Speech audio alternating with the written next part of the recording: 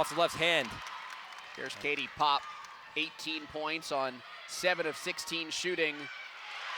Alize Imam lost the handle, recovers, puts it in, plus the foul. Persistence there for Alize Imam to keep fighting for that basketball. It was really a 2-on-1 for Rye in the paint there. She gets the strip, gets the steal, gets the basket, gets the foul. She'll go to the line and make it a three-point play. For Kara Garvey.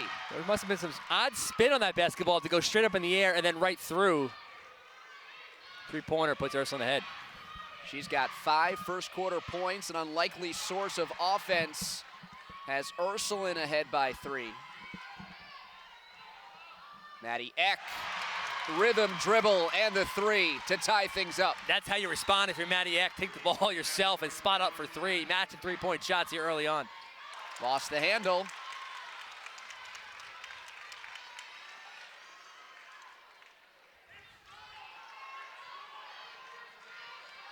Two-point lead for Rye, under 3 minutes to go, first quarter.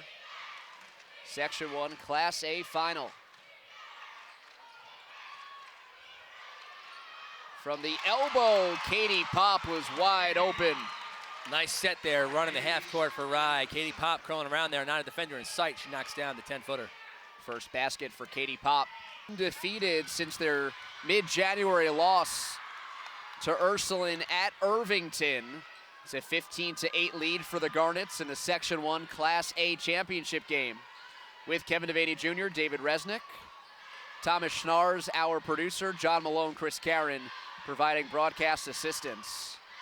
Shot clock down to 10.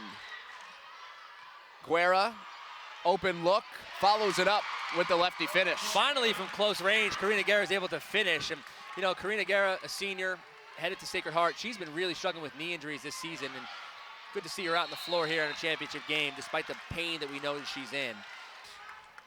Maurer in transition.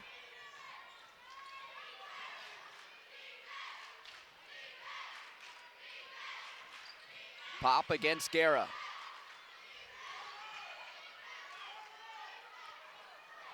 Inside, good feed.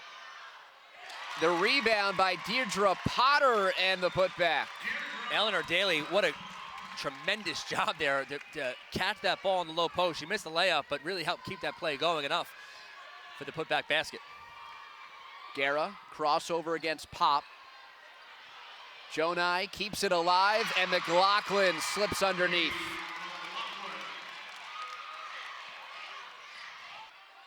Garvey turns around. McLaughlin crashing the offensive glass. And you could understand why she collected 15 offensive rebounds last time out. She's got good size, but she's also one of the smartest players in the court at all times. There's McLaughlin. Dennis Hurley saying that she has the most ridiculous motor that he's ever seen in terms of her constant motion.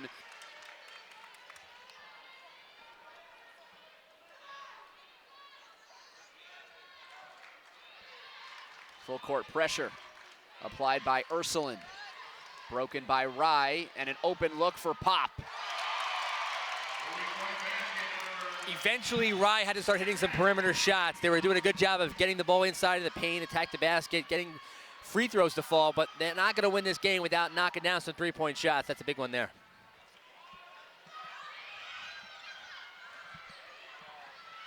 Popp, bounce pass, Imam. It's good, plus the foul. I thought for sure when that bounce pass was made, Imam never put the ball on the floor, just took it right to the rim. I thought for sure we're going to see maybe our 1,000th travel call of the game, and instead an N1 finish and a difficult foul. I believe it should be on Katie McLaughlin. I'm not sure who they shuffled her feet. Switching up defenses here in the third quarter again is Rye, and Maddy Eck not defending Katie McLaughlin one-on-one, but the sneaky help side defender that she is, and right there helped force that turnover. Maurer lined it up. It's a 3-point field goal and a 10-point lead. Katie Popp now closing in on 1,000 points. I'm jumped on the bandwagon now. It's a big deal now. Now I got the graphics department in on it. Yeah, you know what? I didn't believe you until I saw it on the screen. That is definitely a fact. Entered 24 points shy, has 17 in this contest. Just over a minute to go. Popp, a three. Starting to feel it. You're up 17. Katie Popp knocks down another three-point shot. We talked about how important the three-point shot was going to be for Rye. Stretched the floor. Now they stretch the lead to 17. Side where it was a close game at halftime, 1 point game at halftime, and I felt I wouldn't be shocked what happens here in this third quarter. I'm pretty shocked at how Rye just completely dominated that third quarter, opened up a 21-point lead. Up 18 here, still 7:17 left. Friend comes up with the interception. They try to work it inside to McLaughlin. Right around Popp for two.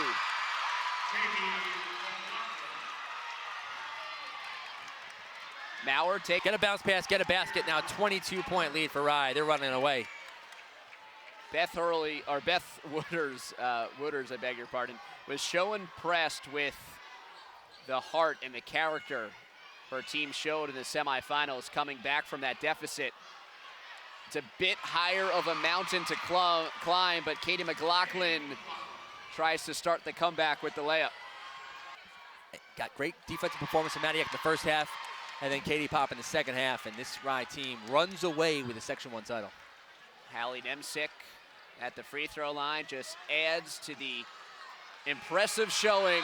It's over at the County Center. The Rye Garnets are champions in 2016. 63-47 the final. Rye is a Section 1 Class A champion.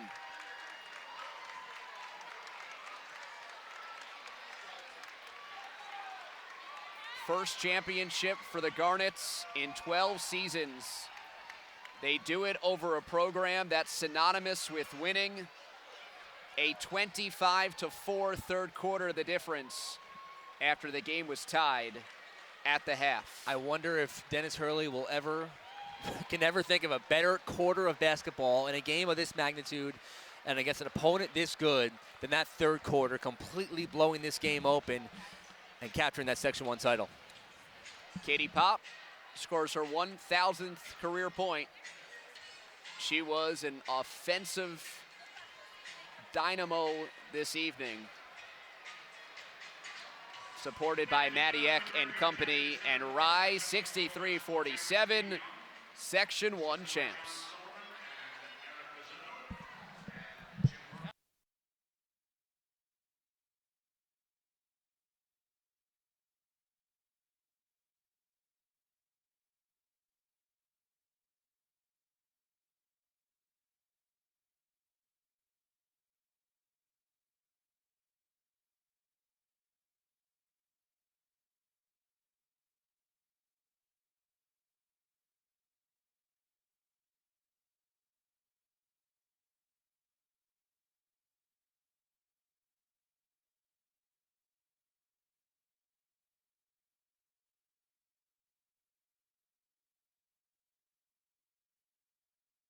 Ready to go? Tied at halftime, a blowout going to the fourth quarter. What happens? I honestly don't know. It's all a blur. It was so intense. I think that was the best we played all season in the second half. We just came out firing. Katie Popp, that was crazy. She had a huge game. We shared the ball really well. I think all of our starters scored, and I think that's amazing. We passed the ball well, scored, played great D. Your brothers won a bunch of championships as football players. Now to win it as a basketball player, what does this goal ball mean to you? It's amazing. It's everything, really. I mean, my brothers held this over me. They had section championships. I didn't, but now I do, and it's amazing. And to do it against Ursuline, obviously coming in, they beat Albertus Magnus in the semifinals. You had lost them in a close game, but what was the difference today compared to the last matchup? Well, honestly, I don't think we had a good game during our last matchup. We weren't ready. I don't think we were ready for them, and we've just improved so much over the course of the season. Since that game, we haven't lost, and I think that just speaks volumes, and our performance tonight just speaks for itself. How do you describe the surreal feeling right now, again, holding this goal ball, and you have more games to play? I know. I think that's the best part about it. We're still going. The season's still going on. I mean, it's amazing. Congratulations. Good luck. Thanks. All right. Thank you, David. Here with our player of the game, 1,000-point scorer, Section 1 champion, MVP. I can keep going on. How do you describe what just happened here on this court? I This is the best feeling ever. All I know is that I worked hard and my teammates worked hard, and we came here, we got what we wanted, we got what we came here for, which is the gold ball. Obviously, Ursuline, a team you lost to in the regular season. How do you turn around a close loss into a blowout win?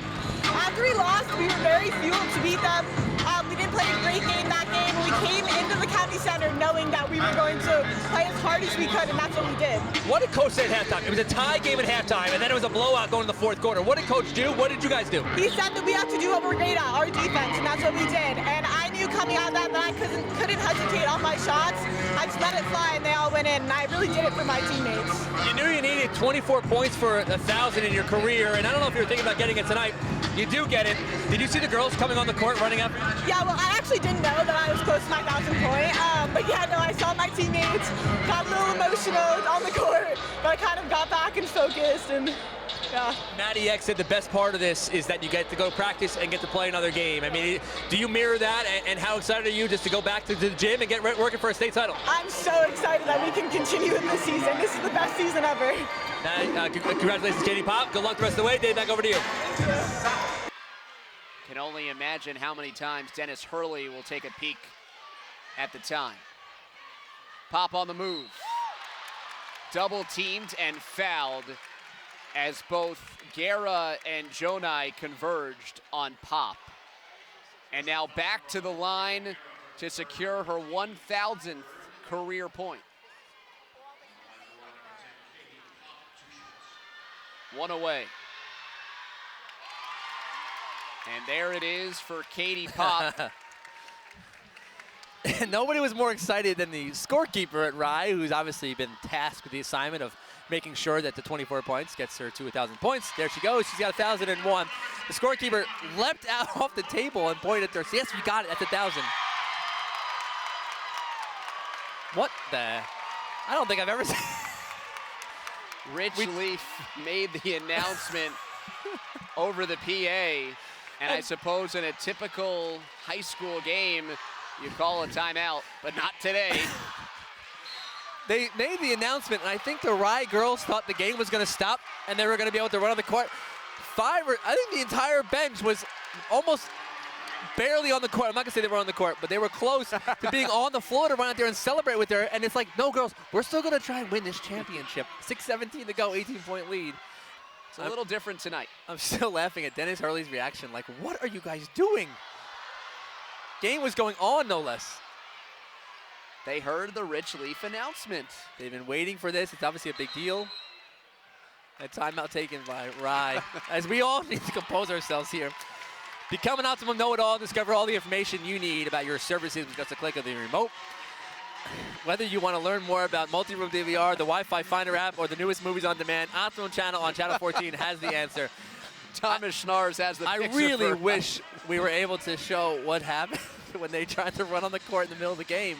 I mean, honestly, there's somebody in this audience, probably watching at home, or here, who wants 9 technical fouls called for running on the court